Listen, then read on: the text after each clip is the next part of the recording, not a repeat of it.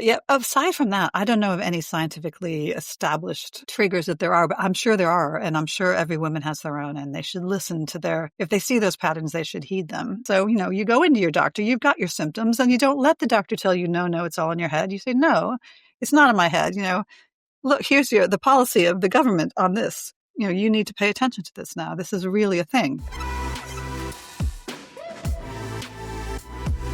Hey, everybody. We've had some of the most incredible guests coming to you these past couple of months.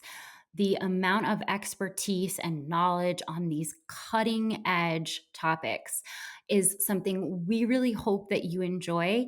And if you do, it would make a huge difference to us if you could rate, review, and subscribe the podcast. It helps us to get more guests, better experts, and talk about all of the things that are really important to you. So give us a love, give us a lot of love, and don't forget to subscribe so you get all our new episodes. Hello, everybody, and welcome back to the Thick Thighs Save Lives podcast. I'm Rachael, and today's guest is going to be talking about a very important topic. You need to be listening. We need to be angry. I have Professor Jenny Rohn with me today, who is the head of the Urological Biology, Infection, and Cancer Group in the Department of Renal Medicine at University College London.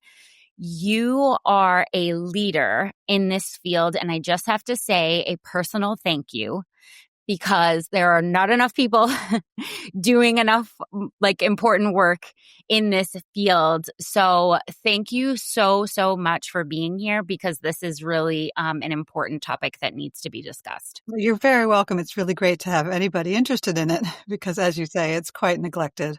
So interested. Her lab focuses mainly on understanding the science between urinary tract infections and the behavior of the bacteria, which is so interesting what you guys have done in your lab. And I'll let you get into that later with all of the advanced human tissue models and just, it's really incredible science. But the first thing I want to talk to you about is I saw your talk about why we should all be angry about UTIs. Yeah. And I could not agree more. I am angry. I am glad you are angry. So many women experience urinary tract infections, and we are angry. But I want to know why. Why should we all be angry about UTIs? Okay. Well, that's a big topic. I think for me, the most telling thing is the huge amount of time between the discovery of antibiotics, which is, I think, almost a century to the year, maybe next year's centennial, of the discovery of penicillin by Alexander Fleming 100 years ago, still the first line treatment for urinary tract infection, and it doesn't work very well. 100 years. And to think of all the things that have happened since 1920, whatever, we've gone to the moon, we've invented supercomputers, we have the internet, we have all these amazing things, yet we're still using a drug that really doesn't work for a condition that affects 400 million people a year, most of them women. So this is why I'm angry. And I think it's a shocker if you really think about it. Not to be crazy, not to start it off crazy conspiracy theory, but is this an area that we haven't made advancements in because it's an area that primarily affects women? I would have thought so. I mean, there are many diseases of women that have been woefully neglected, not only, with sort of research funding, but also just how they're dismissed by the medical profession. I mean, it's very clear from a lot of studies that women's pain is traditionally downplayed. More research money goes into, for example, erectile dysfunction, for which there is actually a very good cure already, than into women's health issues. So it's quite astonishing, the sort of medical sexism that's existed. I think it's getting a little bit better, but yes, I don't think it's a conspiracy at all. I think it's a very well-known, sort of scientifically established fact. Totally. I heard a thing that you said that made so much sense to me, in that for decades, the majority of the medical field has been dominated by men. And of course, they're going to research and fund issues that primarily affect them. It's kind of human nature. This is a problem for me, so I want to figure out an answer to it. But as more women come into the field, and this is why people like you are so important, and I've also seen a similar kind of thing in the menopause area of study. Absolutely. Where we're just going like, hey, wait a minute. Hello. Why haven't we come further on this? Yeah. Well, can I just challenge you on one thing you said? These men who are, you say they want to understand things that affect them, but what about their wives and their daughters? I mean, I don't understand how anyone could say that women, don't you know any women?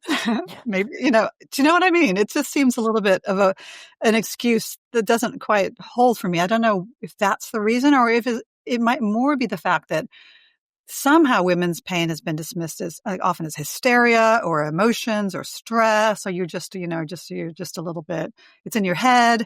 So it's not that they don't care about women. It's that they don't trust women when they report their symptoms. For some reason, I don't understand, some psychological reason, it's always been this way. Women's concerns have been downplayed. Oh, that so hits it on the head. Maybe that's more the thing. I don't know. You are so, so right. Any man who has ever known a woman that has gotten a UTI, or dare I say, I once knew a man who got a UTI and called an ambulance. I swear to you. Laughing. I swear to you, he called 911. He was like, I've never been in this level of pain. And I said to him, and in the nicest way possible, I've had 7 UTIs this year. Oh my goodness. So you called an ambulance? I feel like man flu, but what I'm saying, like, if you've ever known a woman that's had a UTI, you would definitely be motivated, because the women in your life and are in so much pain from this. But again, the level of pain women are expected to be able to handle is just on a different scale. So, okay, so I read the statistic that upwards of 50% of women will get a urinary tract infection in their lifetime. Why is this so much more prevalent in women than it is in men? That's a good question. There are some obvious answers and then some not so obvious answers. I mean, the obvious answer is, first, you need to understand the life cycle of these bacteria who actually live in your guts, so your gastrointestinal tract. The back passage of a woman is very close to the opening to the urethra, which is the opening to the bladder. So there's only there's a very short distance between the anus and the urethra. In a man, obviously, the tip of the urethra is at the end of the penis. So there's quite a long journey, maybe not some men longer than others, perhaps, to get from the anus to the urethra. So the thought is that, well, if there's a bit, maybe a bit of poo that's, you didn't wipe properly, which is not really a good reason because most women know how to wipe.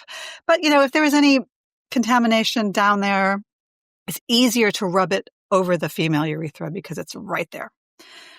So that's one reason. But actually, there's been some really interesting studies showing that hormones can make a big difference to UTI as well. And while for example, male mice get UTI differently than female mice, they actually tend to suffer more when they get it. So maybe that whole man flu calling an ambulance thing maybe there's something to that. But yeah, so hormones can make a difference, but certainly it's just the anatomy. That's really interesting. Yeah. Okay, I have to ask because, I can imagine that there is, and obviously that anatomical piece is there.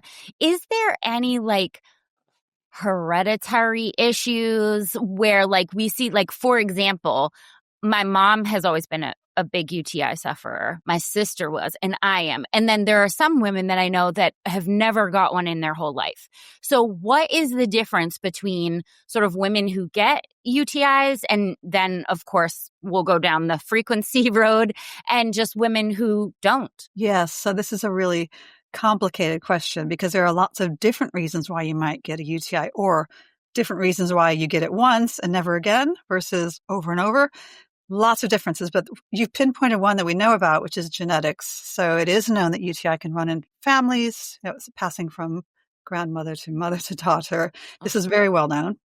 And some genetic studies have looked into this and shown that some of these people have a mutation in a gene that acts as a sentinel in the bladder. So these little sentinels on the surface of the bladder that sort of looking out for bacteria. And if you have a mutation in that sentinel, you're less likely to detect the bacteria, and then the cavalry is not going to come in as quickly. So it is true that there are some associations, but it's quite a weak link in that it doesn't explain most UTIs. It just explains some of the ones that are hereditary. That's interesting. You mentioned that reoccurrence or getting a second UTI. And I had looked at some stats saying that once you get one, 25 to 45% of women will get a second one.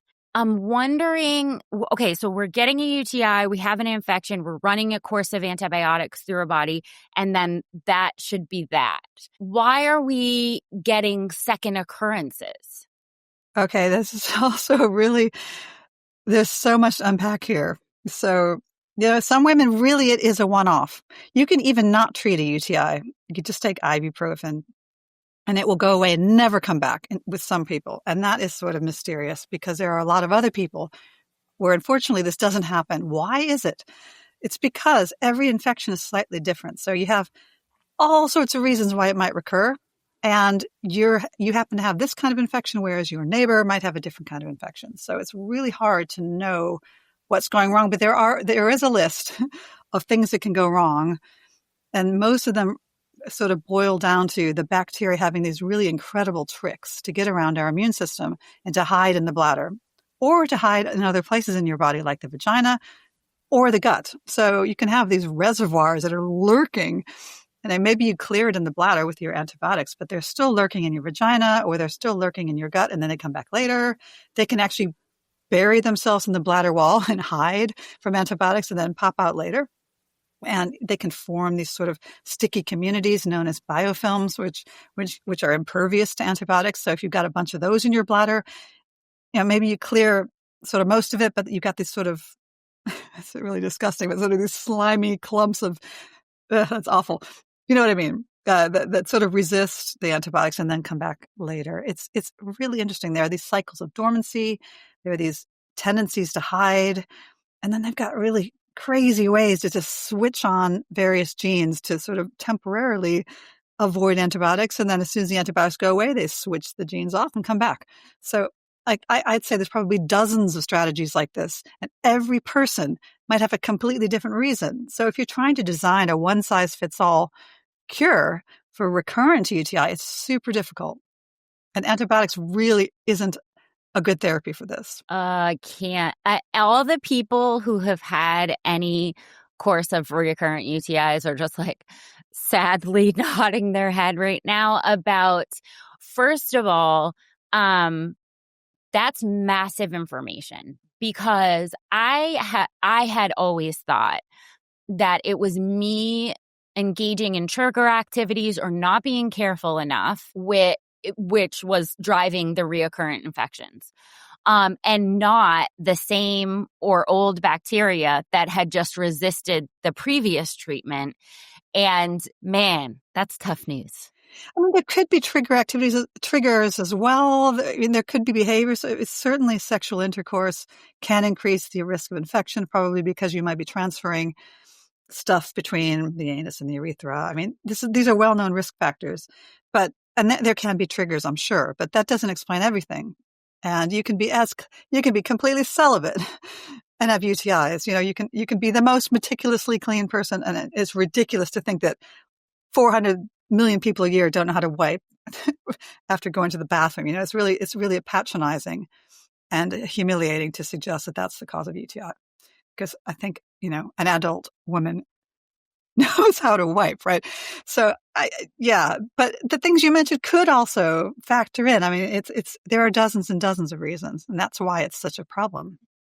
It was really interesting to see some of the models that you had grown in your lab and how those patches of bacteria were able to burrow underneath, resist all of the antibiotics flowing by them, and then create these giant pockets that were then like literally exploding. And I was like, oh, that's all the pain right there. That's Yeah, I mean, the tissue is really damaged by this, and when we saw those pictures for the first time, I was like, "Oh my God, this is horrific."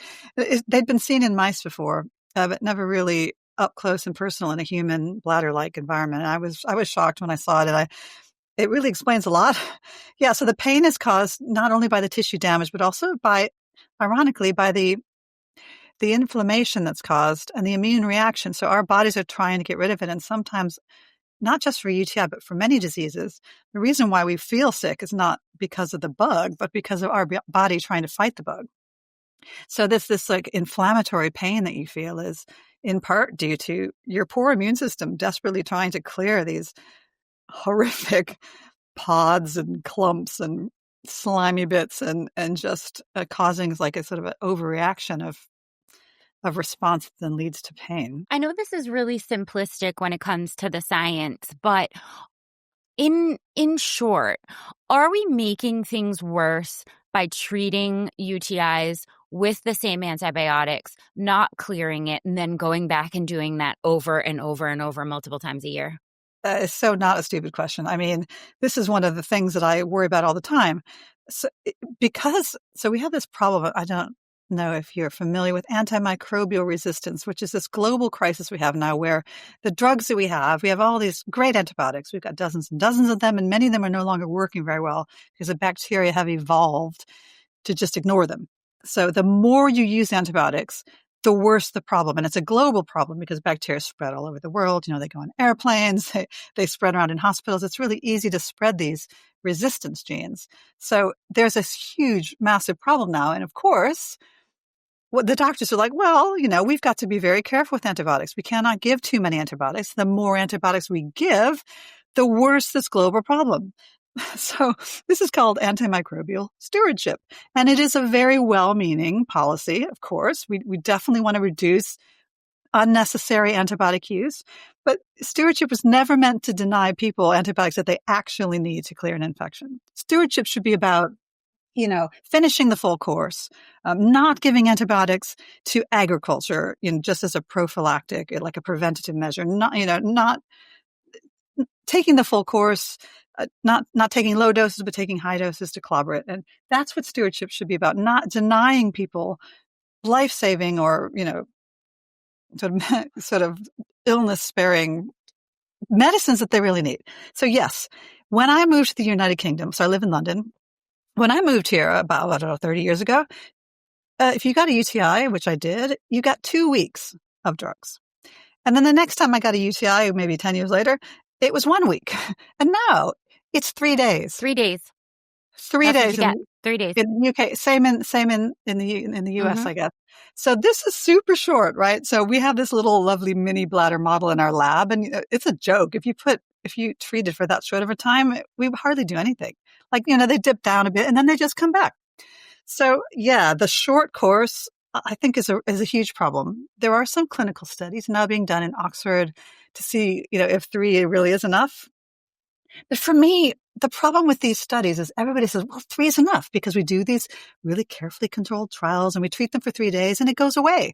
Yes, it goes away for a month, but these trials don't follow the women up to see what happened 3 months later, 6 months later, a year later.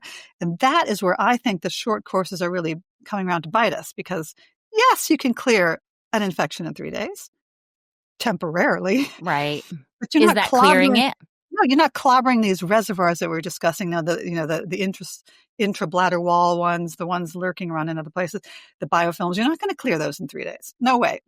So yes, it looks great on paper, 3 days, but really if we had proper studies that followed up people 1, 2, maybe 3 years, I think you would find that it doesn't prevent recurrent infection, and a longer course would. That's just a hypothesis, but nobody's really done these experiments. And I really think they should be done because I think it's super important.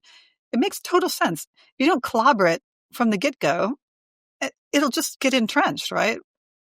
And yes, you can say, well, stewardship. Yeah, but if you have to treat 10 times a year, you're using way more antibiotics than if you had just given that poor woman 2 weeks in the first instance.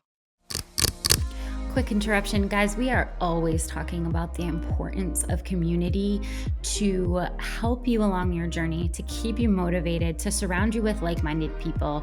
And we have a massive, massive community to do just that. If you haven't already, get in our fitness group on Facebook, Fitness Programming by CVG. Get on our app, CVG Nation. We've got hundreds of thousands of women on there who are just waiting to cheer you on. And we cannot wait to meet you. Get with us on our channels. We love to see you there. Okay, so this is a perfect segue, I think, into a reoccurring UTI sufferer may get, if they have hit their like total limit on the amount of antibiotics that doctors are comfortable with, Dear. they may get hit with a year-long prescription for Hiprex. Can you talk a little bit about these like longer course treatments? What do they do? Are they effective? Are they safe? Hiprex is a really interesting drug. It's ancient, right? People used to use it and they stopped using it. And then it's sort of come back into fashion. There's a really nice study from the UK showing that Hiprex was non-inferior to antibiotics, meaning it worked just as well. But Hiprex is nice because it is not an antibiotic. It's an antiseptic, which means that it sort of works in the bladder. And so it's not really dosing your entire body. And also the side effects are perhaps less severe, and it doesn't foster antimicrobial resistance. So, okay, it's not inferior to antibiotics, but as I've mentioned, antibiotics aren't that great anyway. But I think it's a good alternative because it is sort of more gentle on the resistance side. But you take it a year, do you stop? Does it come back? I mean, I'm not really sure those studies have been done. Do you take it for the rest of your life? I don't know. These are very important questions that I think that in 2025, I think people are expecting that there would be answers to. But women's health, man, women's. Well, I have to stress, clinical trials are very expensive. You're talking millions of dollars, and it's really hard to get money to do trials on things that are sort of, Hiprex is a cheap drug. Antibiotics are cheap. They're not new drugs with patents. So pharmaceutical companies aren't necessarily going to put money into testing something that won't make them a profit. Not that because they're evil, but because pharmaceutical companies have to make a profit. You can't do research and development without profit. So it's really hard to research these things that are already around, old drugs, to cobble together a couple of million pounds or dollars to do a study like this. Not easy, right? So this is why these studies aren't being done. And the longer the follow-up of your trial, the more expensive the trial. So the long trials are more expensive.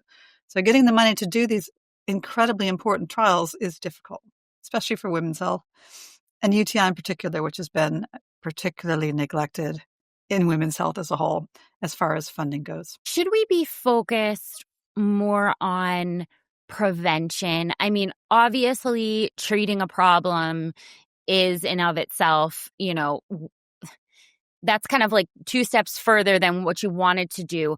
But chronic UTI sufferers know that there are about 1 million products on the market that claim prevention. And we've got cranberry supplements, we've got washes, we've got wipes, we've got suppositories for vaginal suppositories, boric acid, we've got probiotics, D-mannose. All of these things say they are the one to help you to prevent UTIs before they start. Is there anything that is worth sinking money to, like as far as prevention, in your opinion? I mean, there have been lots of studies about things like wipes and suppositories, I really don't know. But things like D-mannose and cranberry, there's been a lot of studies on those. And the studies tend to go, oh, yes, it works. No, it doesn't work. Yes, it works. So with D-mannose at the moment, for example, now there's been 2 studies saying it doesn't work. because they're both cranberry and D. mantis are so like up, down, up, down. This makes me think that they're maybe slightly effective, maybe, because there's never been a definitive no or definitive yes. So these sorts of things, I think maybe they might not hurt, but my goodness, it's very expensive. I mean, have you seen how much it costs? One, I think what was a D. mantis? I saw it in the shops the other day. It was something like $30, $40 for a month's supply. But that's a lot of money for something that probably doesn't work that well. Yeah, I think that's a real issue because I think people are desperate and they want to try out new things. I mean, from my own perspective, when I was going through the menopause and I was having problems getting a prescription for HRT, which I eventually sorted out, but I thought, I've got to try something. So I invested a lot of money in red clover supplements. It was super, super expensive. Didn't really seem to work. Same evidence based. Might work, might not. It was a lot of money, but I could afford it because I have a good salary, and I thought, why not? It doesn't hurt. But I think there are a lot of people out there who really can't afford it. So to sort of have to rely on these really not very good things is just not good, right? I mean, if you want to talk about prevention, maybe it's just cheaper to drink a lot of water because people have shown, there's a biological reason why drinking lots of water and urinating a lot could help. I mean, it's not really going to prevent like massively, but it can't hurt. So if you want to do something that doesn't hurt, water is free. And maybe that's something you can, build into your daily routine, making sure you have enough water, making sure you don't hold your urine. If you really need to go, you should go. Even if you're in a boring meeting, excuse yourself. It's not good to retain urine because the bacteria can sort of fester in there if they're not being regularly flushed. That's a cheap and cheerful way. Maybe it's not a magic cure or prevention, but that can't hurt. There are some vaccines coming down the pipeline that look quite interesting, which maybe I'm sure some of us are very excited. Yeah. At the moment, they're not being used as vaccines. They're being used as sort of immunomodulators, which means you've already got the disease and you're taking them to sort of see if it will stop it from coming back. So they're being marketed as immunomodulatory medicines as opposed to preventative vaccines, which is fine, right? I mean, you still have the bugs, but maybe if you could take these vaccines, you could prevent them from coming back. There's been some really promising studies with some of these vaccines. So I'm kind of hopeful that might be a good area to watch. How close are we? Give me some hope. Well, Euroimmune I don't know if it's licensed in the U.S. It can be used here privately. It's not on the National Health Service. Okay. But it can be used privately. It's used throughout Europe. It seems to work pretty well for some people. There was a really interesting study last year. It hasn't been published yet, but it was presented at a conference. It was a 9-year follow-up of a series of patients who had been given Euroimmune for recurrent UTI, like almost 1,000 patients, like a lot of patients. Was it something like that? It was a lot, maybe 900. Can't remember exactly. But basically 50% of them, it didn't come back for 9 years.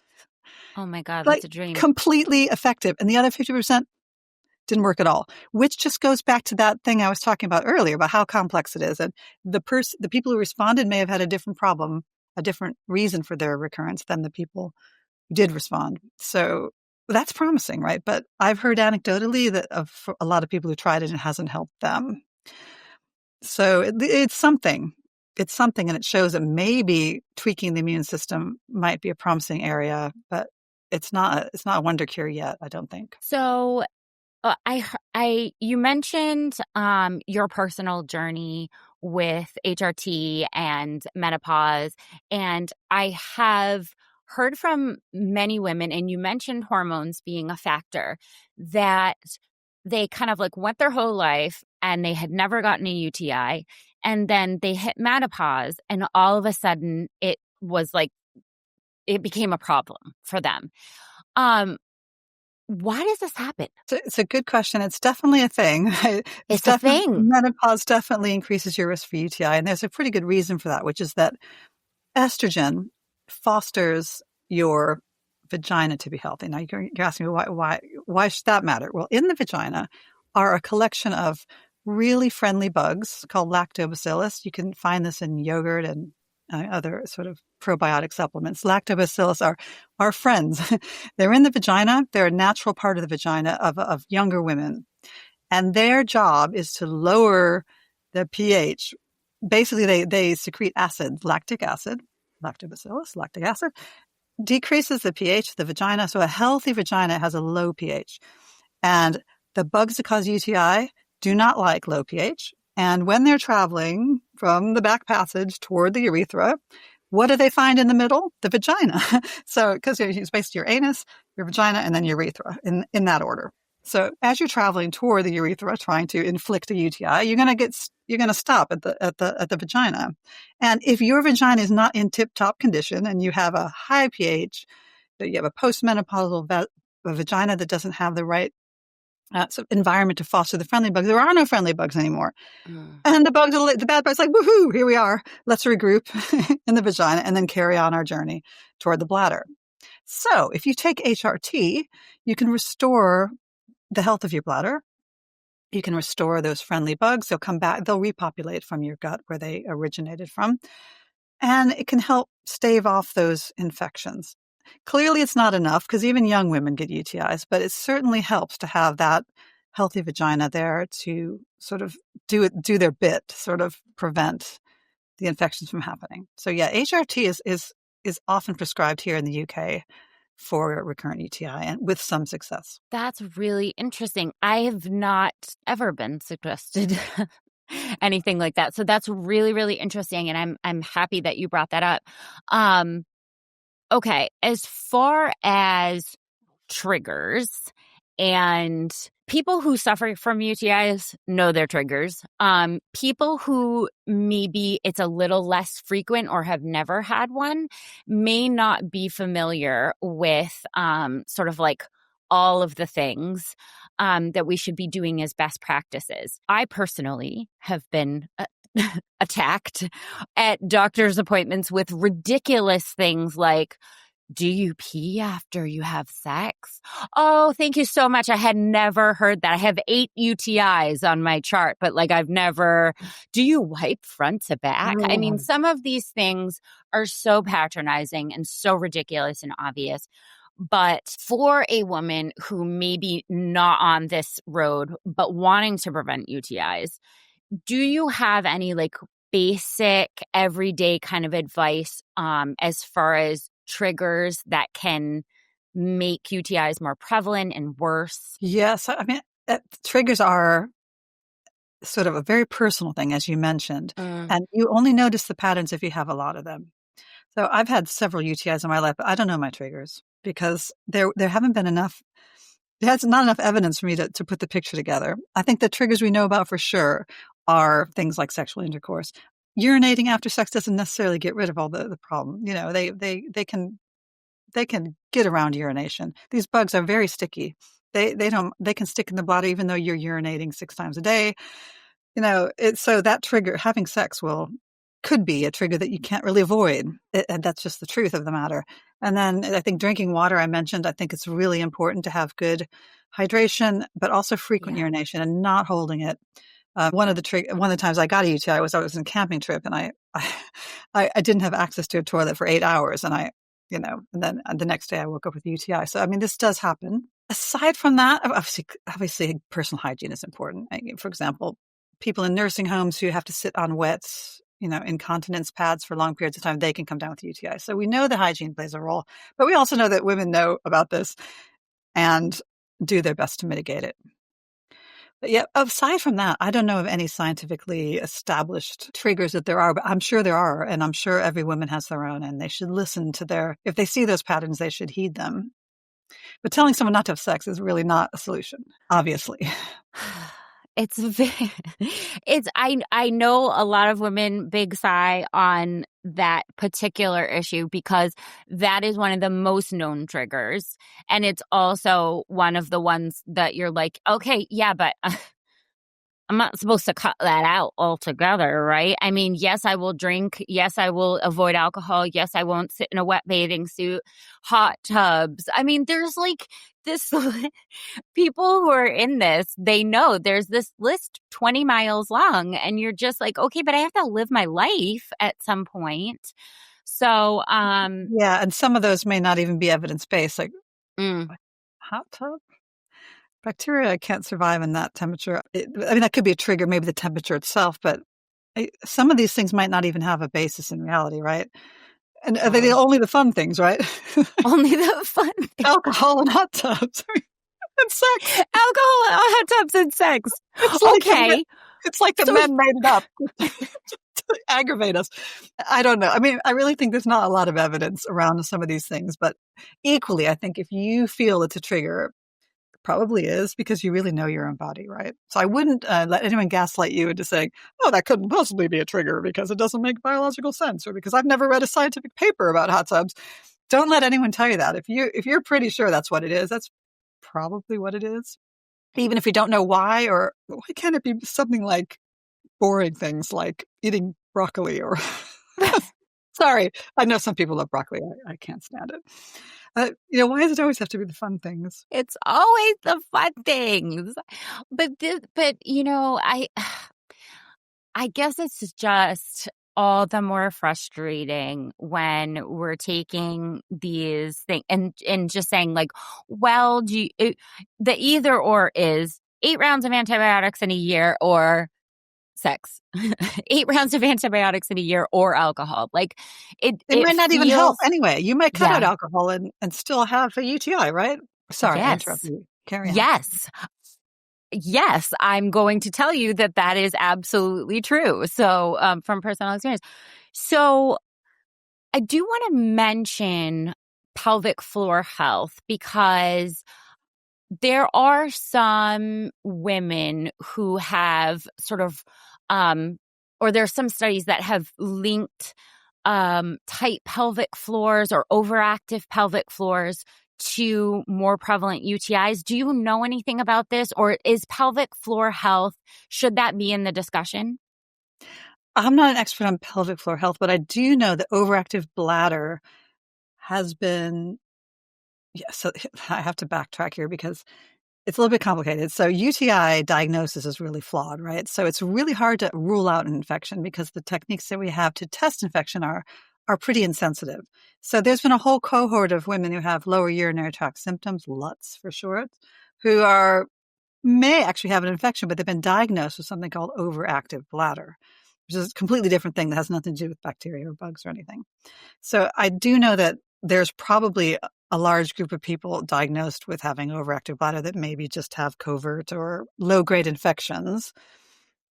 Pelvic floor health, I don't know much about, but it's intriguing. I mean, what would be the cause of that? I can't really, do you know what I mean? I can't really see why that would make it worse, but I really don't know much about this topic. So you already know we make the best workout gear, but one of our best products, our highest rated product on our website is actually our collagen. If you have not heard about Glow Up by CVG, you are missing out. There is almost 700 5-star reviews on this product because it is such an amazing supplement. Actually, looking at it today, there are only 2 1-stars that were meant to be 5 stars. They love the product. They hit the wrong amount of stars. This is one of our most popular products for a reason. It dissolves like no other collagen. It's type 1 and 3. You're going to have healthier skin, better joint mobility. Everything about this collagen makes it easy to put into your daily routine. So if you haven't tried Glow Up, get on cvg.com and make sure to add it to cart today. It's our best product. It's, it's really interesting the places that you go. I mean, for anybody who has not had a UTI, the places, it's very painful. And the places that you will go to try to solve this is there's not, it's ends of the earth type of thing. You will go to all the specialists and I want to, for a second, you mentioned the diagnostic end of it. And I want to speak to women who maybe are feeling pain or feeling discomfort. Go and get a test and it comes back negative and they are not allowed their treatment of antibiotics, but they know that something is not right. First of all, why is that happening? And secondly, what do we do to combat that? It's the same reason why we still use a 100-year-old therapy that doesn't work. We don't have better diagnostics because very little attention until very recently has been put into anything remotely 21st century about diagnosis. All these techniques are ancient. So the midstream urine culture, which is just trying to grow the bugs in a petri dish, that's 70 years old. And it's not very sensitive. The dipstick doesn't work at all. It's very easy to use. That's why people use it. It's cheap and it's easy, but it's pretty much useless. The reason is because they're insensitive for a reason. I mean, imagine you get your trigger, your telltale signs that the UTI is coming, that awful, painful little tug at the end of a wee, and you think, oh my God, it's coming. What do?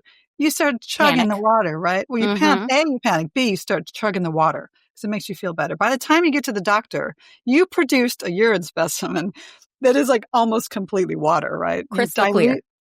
Crystal clear. And all of the signals that we test for are based on the numbers of bacteria per milliliter of urine. So you may have had 100,000 in there, but after you chugging 2 or 3 liters of water, you're below the threshold of diagnosis. You can no longer detect them with the dipstick or with the midstream urine culture. So, and then even if you don't dilute your sample, if you get it straight away, it's still quite insensitive. So we're trying now to come up with better diagnostics involving sort of genomics and high-tech stuff like that, but we still don't really have a good solution. So not being able to exclude infection means people assume you're not infected, and then you don't get your treatment, and then maybe the bugs get a chance to dig in deeper in that 2 or 3 weeks when you've been sent home with no antibiotics, which I think is really, imagine all the people being sent home because the tests are shoddy and then getting a worse infection as a result. A kidney infection, in fact. Yeah. Yes, I am. Yeah. I am those people. Oh my God. Yeah, kidney infection is not a joke. I mean, it's a serious complication, and you could end up with urosepsis and all sorts of life-threatening things. It's rare, but it happens. And I think not treating a bacterial infection is stupid. Bacteria are very clever, and they can quickly overwhelm a body if they're not opposed by the immune system or by drugs. This is so eye-opening. It's also frustrating. You told me in the beginning I was going to be angry about UTIs, and you promised. You promised, and you came through. I have been angry, and now I am angrier. But can you leave us with sort of any hope on this topic? Like, we're coming further every day. You are a major part of why that is. So first of all, thank you for all the people out there who are chronic sufferers, or honestly, even just your first time. How much this is affecting, everyday life of women. Can you leave us on a note of hope and where we're going on this in the future, and how we are going to start to feel better? Yeah, that is a good place to end. First of all, I just want to say I'm just a very small cog in the research environment. So I'm doing my bit, but I'm just a very small group. So just to say, I think I've mentioned a few of them already. I'm super excited by the vaccines. I think this is a real winner. I think, especially since COVID, we've really learned a lot about making vaccines very quickly and much more smartly than we did in the past. So these RNA vaccines, I think there's a renaissance of vaccine design. So I do have hope for that. The second thing I'm interested in is probiotics. We've mentioned the lactobacillus. It works to a certain extent, but women still get UTI, so it can't be perfect. But what if we could engineer friendly bacteria, put them in cocktails, design them to be better fighters. And then you've got, the good bugs fighting the bad bugs. You're very unlikely to have any side effects there. And, it could be a really nice solution. So I'm super excited by probiotics. We started to look at that in our lab, and everybody's really happy about it. And the third thing, I guess, is D-mannose. You mentioned D-mannose is a sort of a natural sugar, but people are designing smarter sort of drugs like that can physically block the bacteria from docking in the first place. So if you could prevent bugs from even touching the bladder wall, you could. So D-mannose is okay, but it's a natural project. It wasn't really intelligently designed. So that's something I'm excited about. And also, I think we haven't mentioned this, but bacteriophages. I don't know if you've heard of phage therapy, but it's a really nice idea. So we get colds, we get viruses. So do bacteria. So bacteria can be infected by tiny, tiny little viruses that are called phages. And they look like science fiction. If you look at them, if you see a picture of them, they look like weird little robots.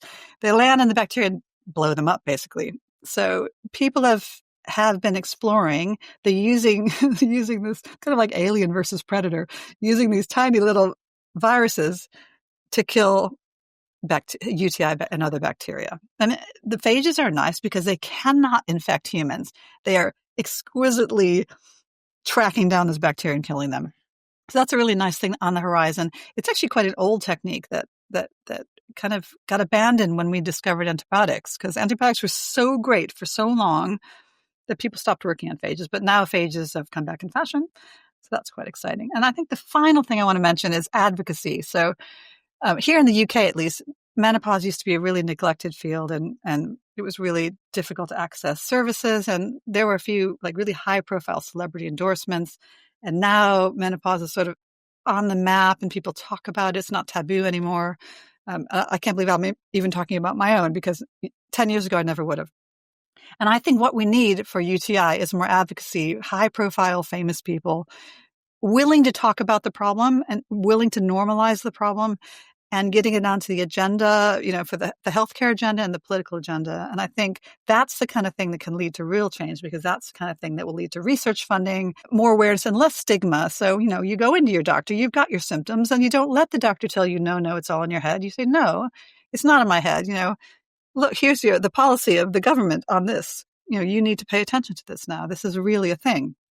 So I think the combination of the science, but also the social aspects of getting it more on the map, also into the medical curriculum, because I think you've probably experienced doctors who don't really know much about UTI. Most patients are way more informed than doctors about UTI. So maybe we need to change the medical school curriculum to make this, all the recent scientific advances have not made it into the textbooks. I know this because I teach medical students. They have no idea about embedded bacteria or biofilms or anything. They've never heard of it. They don't even know that urine isn't sterile.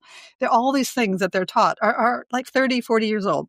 So maybe we need to hit the next generation of doctors so that when they actually see a patient in their clinic, they can be a bit more informed and helpful. That is all really exciting. I'm blown away by the all of the, the fighting that's going on, and the idea of the different ways and blowing up the bacteria. And, it's all really cool and really exciting. But I think that you totally hit the nail on the head with the more that we can talk about this, the more that we can normalize it. And that's why I really wanted to do this podcast, because 50% of women, 50% is a many, many percent. I've seen HRT and menopause come this direction this far. And I feel like that the stage is set for this to be something that goes mainstream, and that we really can make some major advancements in and make women more comfortable and less having to just, oh, sorry, that's just part of being a woman. I'm tired. I don't want to hear that anymore. Absolutely not. I'm so glad that you were able to come on today and educate our listeners on this really important topic. And thank you for all the research that you're doing in the field. It's so important.